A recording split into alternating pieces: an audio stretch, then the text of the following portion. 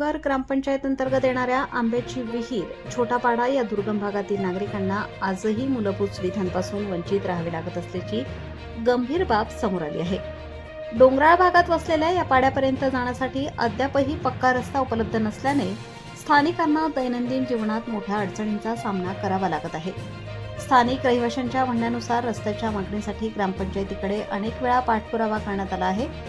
ग्रामसभांमध्ये रस्ता मंजूर असल्याचे सांगितले जाते, मात्र प्रत्यक्षात कोणतीही कामे सुरू झालेली नाहीत. अधिक माहिती विचारल्यास टाळाटाळ केली जात असल्याचा आरोपही ग्रामस्थांनी केला आहे. पाड्यातील तरुण रवींद्र खुताडे यांनी सांगितले की येथे शाळा, अंगणवाडी, आरोग्य सुविधा तसेच पिण्याच्या पाण्याची योग्य व्यवस्था नाही. लहान मुलांना शिक्षणासाठी दूरवर जावे लागते, परंतु रस्त्याअभावी मोठ्या अडचणी निर्माण होतात. तसेच निवडणुकांच्या काळातच लोकप्रतिनिधी या भागात येऊन आश्वासने देतात, मात्र नंतर परिस्थितीत कोणताही बदल होत नाही अशी नाराजी ग्रामस्थांनी व्यक्त केली आहे. त्यामुळे प्रशासनाने तातडीने लक्ष देऊन शिक्षण, आरोग्य व अंगणवाडी यासारख्या मूलभूत सुविधा उपलब्ध करून द्याव्यात अशी मागणी करण्यात येत आहे.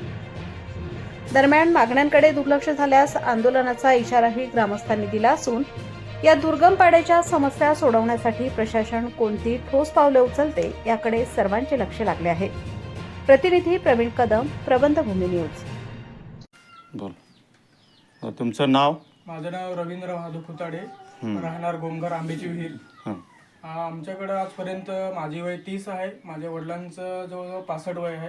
आजपर्यंत एकही सुविधा आमच्याकडे नाही. रस्ता नाही, स्मशानभूमी नाही, अंगणवाडी नाही. माझ्याकडे मुलं आहे, त्यांच्या आजपर्यंत अंगणवाडी सुद्धा नाही.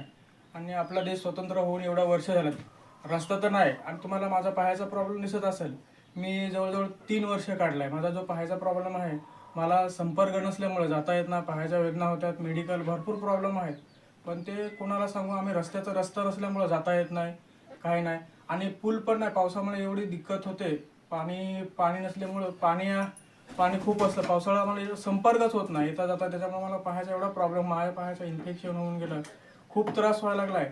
आपला देश स्वतंत्र होऊन एवढे वर्ष झालेत, तरी आम्ही अजून या गरिबीसारखा दिवस काढतोय. आम्ही पण माणसं आहेत, आमची पण कोणीतरी दखल घ्यावी. ही माझी आपल्या ग्रामपंचायतला किंवा जे असतील त्यांनी आम्हाला मदत करावी. धन्यवाद. हां, हे बघा, हे रवींद्र खुताडे यांचं घर. थांब तिथं. बरं, तुझं नाव काय? नाजुका पुंडलिक खुताडे. आमच्या इकडे रस्ता पण आहे आणि आम्ही अपंग पण आहे. खूप त्रास होतो इकडे जायला, चढायला. रस्ता पण आहे. आमच्या इकडे पाण्याची पण समस्या आहे. विहीर बांधलेली आहे, पण मग नळ नाही, काही नाही. आणि तिकडून पण गाव आहे ना, इकडून पण गाव आहे. मध्ये मोठा नाला आहे. म्हणजे इकडे नाला आहे? हा, इकडे असा नाला आहे. तिकडून पण गाव आहे, इकडून पण गाव आहे. तर मग तिकडून नाही जाता येणार, तिकडून चेनला, इकडून नाही येता येईल. बरोबर. बरं, तुझा अपंग किती वर्षापासून आहेस? अपंग झाले असतील 10-12 वर्ष. 10-12 वर्ष झाले. दवाखान्यात जाता नाही आलं? नाही. रस्ता नसल्यामुळे दवाखान्यात नाही जाता आलं. बरं, तुझ्याकडे प्रूफ आहे का दवाखान्याचा?